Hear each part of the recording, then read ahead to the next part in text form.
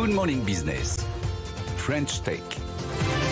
Et dans la French Tech ce matin, on va parler de dirigeables. C'est étonnant, non? Pour la French Tech, les dirigeables, c'est peut-être l'avenir. Oui, les gros ballons énormes. Le vôtre chez Highlights. Bonjour Martin Bocken, vous êtes cofondateur et directeur général de Highlights. Il fait 12 mètres de long, 2 mètres de large. C'est pas très discret. Oui, et on l'appelle le highlighter. Et alors à quoi il sert? Alors il sert à inspecter les réseaux énergétiques. En fait, nous, chez Highlight, on porte la mission de décarboner l'inspection aérienne. Et on s'est dit que voilà, il y a un énorme enjeu, c'est qu'aujourd'hui, les hélicoptères sont déjà utilisés pour beaucoup de cas d'usage, notamment pour respecter les lignes électriques et les pipelines. Et c'est dangereux. C'est dangereux, ça coûte cher et c'est polluant.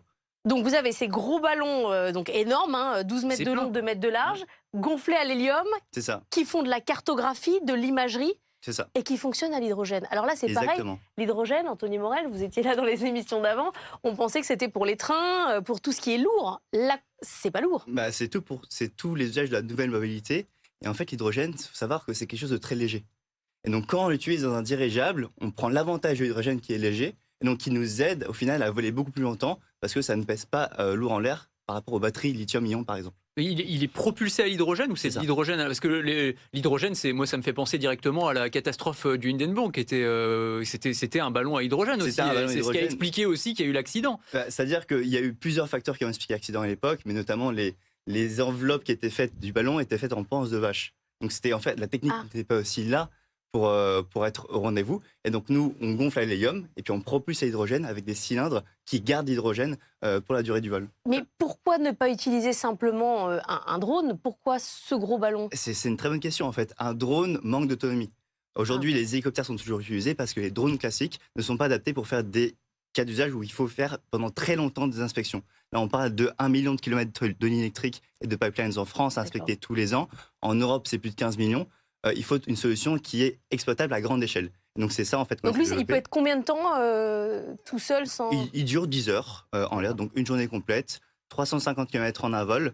Et donc c'est ça vraiment en fait qui permet de faire des grandes inspections et de véritablement remplacer les hélicoptères. Et complètement autonome pour le coup, il n'y a pas besoin de pilote, il se débrouille tout seul. Oui, c'est ça, en fait il est automatique. En fait on prévoit l'inspection en avance. Vous programmez le vol. On programme le vol parce qu'on sait où sont les réseaux.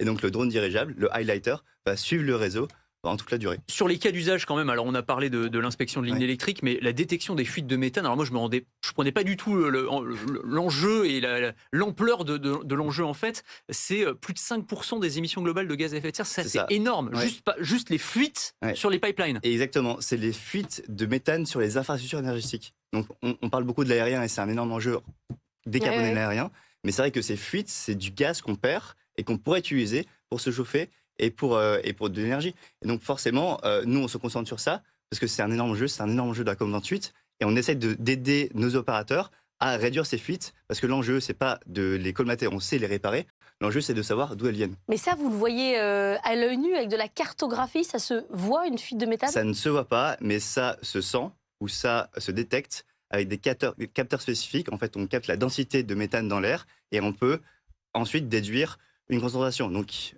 c'est assez simple, c'est des capteurs de laser ou des capteurs sniffer. Donc, on voit bien, tous les clients, c'est les groupes d'infrastructures. Vous en êtes où en matière de développement commercial? C'est-à-dire que ça existe, c'est un prototype, vous en êtes où?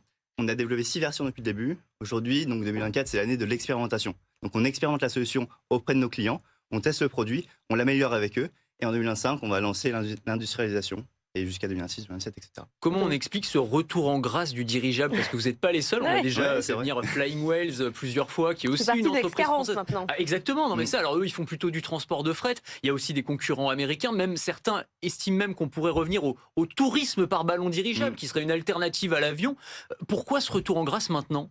La technologie, elle a changé, elle est prête aujourd'hui. Et 2, aussi, on cherche d'autres choses dans les enjeux de l'aérien. Avant, on cherchait la vitesse et l'efficacité.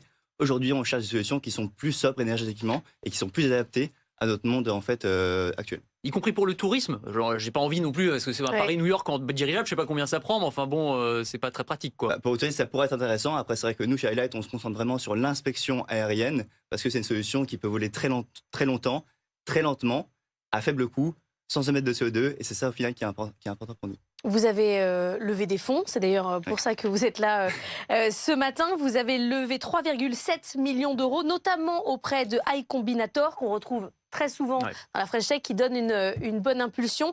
Ça va suffire, ça va servir à quoi? Parce que avant, c'est pas de la force commerciale, on est toujours au développement. Exactement, on est toujours au développement, donc ça sert pour les 2 prochaines années à améliorer le produit, passer d'une version en fait qui est en expérimentation à une version certifiée et qui peut être utilisée à grande échelle, et en fait préparer au final l'industrialisation du produit qui va arriver en 2026-2027.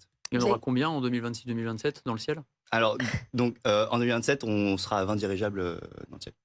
Vous Et, donc, avez- et 2028, après ça continuera, 50 et puis 100, etc. Vous avez convaincu des anciens salariés d'Elon Musk de vous suivre. Et c'est un hasard, vous les avez rencontrés au CES. Comment on rencontre des anciens salariés de Tesla ou de Alors, SpaceX. c'était le cofondateur de Tesla et un ancien salarié de SpaceX. On les contacte directement sur LinkedIn. Et on rentre Ah oui, en on leur contact. dit c'est pas mal. salut, je fais des ballons dirigeables. Exactement. Et ça marche. Et ça marche. D'accord, bah écoutez, C'est bah, bon on à va le savoir. faire. Ouais, c'est ça. On va se mettre sur LinkedIn. Vous en avez marre des fusées, vous préférez les ballons, bah, venez chez nous. Exactement. Voilà, c'est comme ça que ça marche. Merci beaucoup, Martin Boken, d'être venu Merci nous à voir vous. ce matin pour parler de Highlight.